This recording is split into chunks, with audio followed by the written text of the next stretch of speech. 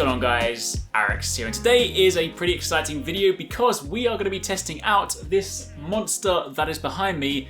That is the Sony XH90, or if you're in the US, it's the X900H. Basically, it is Sony's 4K HDR full array LED TV, and one of the reasons we're checking it out is because this is being marketed as the best TV for the PS5. Now, Sony did very kindly send this TV to me to check out, but basically in this video what I want to do today is talk about the features, talk about why they're saying it is so good when it comes to being paired with the PS5, take a look at what it looks like, set up, and kind of just sort of go over the most important things that you guys will need to know. So if you do enjoy this, then a like will be super appreciated.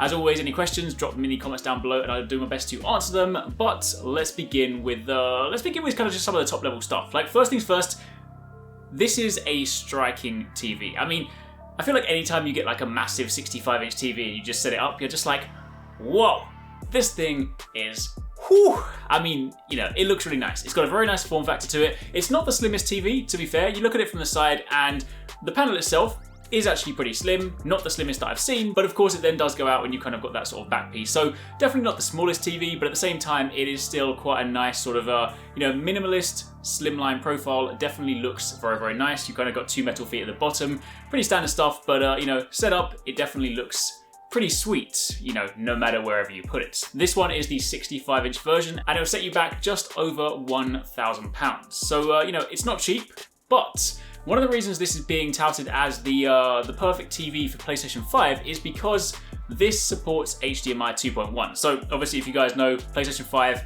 Xbox Series X, both of them are pushing HDMI 2.1, which is, I guess, in the future going to fast become the standard. It is something that is not adopted by everything right now, and this TV, when it first released, didn't actually support 2.1, but thanks to a recent firmware update that has been rolling out now. So of course, if you are rolling out in line with the new consoles, so if you do have it, you can update the TV, and now you have HDMI 2.1 support, which is of course incredibly important because if you want to get the most out of the consoles, HDMI 2.1, I'm not going to go through all the super technical stuff, but the top line most important thing is that it allows 4K 120Hz. It is important to note, if you do want to get the most out of this, only HDMI ports 3 and 4 support HDMI 2.1, so if you do get it and you're like, yes, better set this up, plug my console in, don't do the wrong thing and plug it into ports number 1 and 2, because then you will not be getting the most out of the TV.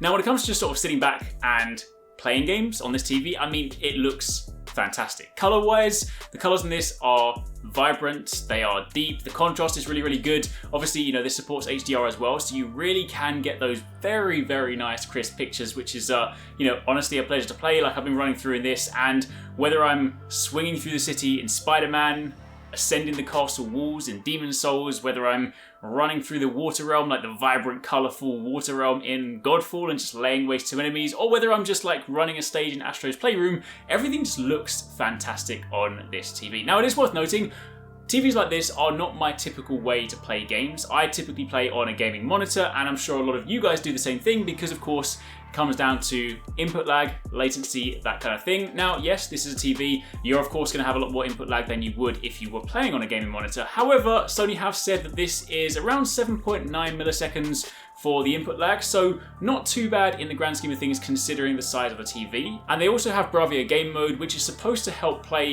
the games that you're playing, provided you have it in the settings. So, if you set up your PlayStation, put it in BRAVIA game mode, then it's supposed to allow you to play them in the lowest possible latency. So there's a lot of kind of process here with, the TV and gaming in mind, them trying to sort of, create the best possible experience. It's also worth noting, if you happen to use BRAVIA game mode, you can also wake up the TV and your PlayStation at the same time just with the DualSense controller, so kind of just like that nice sort of seamless living room setup. You walk home, you pick up your controller, press the button, your TV's on, your console's on, sit down, and you're into your games.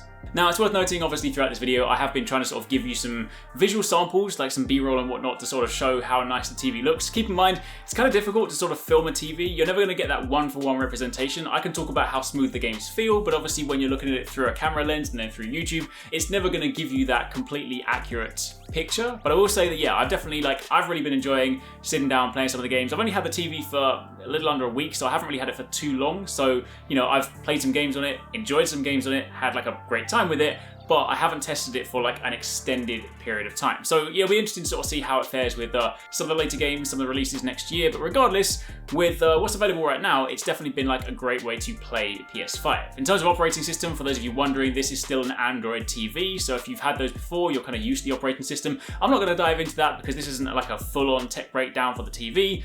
You can check that out. There's plenty of those on YouTube. But yeah, Android running TV, super simple setup. Turn it on, plug it in, put in your details, and you're good to go. But yeah, for me, honestly, I mean, it's nice to watch movies on there, it's nice to watch Netflix on there, but I'm just here to game, right? I just want to play my games in the best way possible. So yeah, I think it's fair to say, if you're going to be playing a competitive game, if you're going to play the new Call of Duty, you're probably not going to play it on there, unless of course you just want like a nice visual spectacle. If you want to be hyper competitive, you're still going to go to your gaming monitors because you want that like 1 millisecond. But if you want to play like one of those more cinematic games, you just want to like sit back, look at Spider-Man, sit back and look at something like Demon's Souls. Maybe not Demon's Souls, even Demon's Souls, you're probably going to like want that reaction time because you're just going to die all the time. But regardless, the point is, it looks fantastic. And if your gaming experience is not a competitive one, then definitely could be something to check out. But for the time being, that's it. Hope you guys enjoyed the video. Massive shout out to Sony again for very kindly sending this to me to check out. And of course, be sure to keep it locked for plenty more. Thanks so much for watching, guys. I hope you enjoyed that video. Don't forget, if you haven't already done so, you can join the HyperX Gaming Discord. We've got an awesome community over there with so many different channels for you to chat loads of different topics and different games. I'm in there, the team's in there if you guys want to chat with us, find people to play with.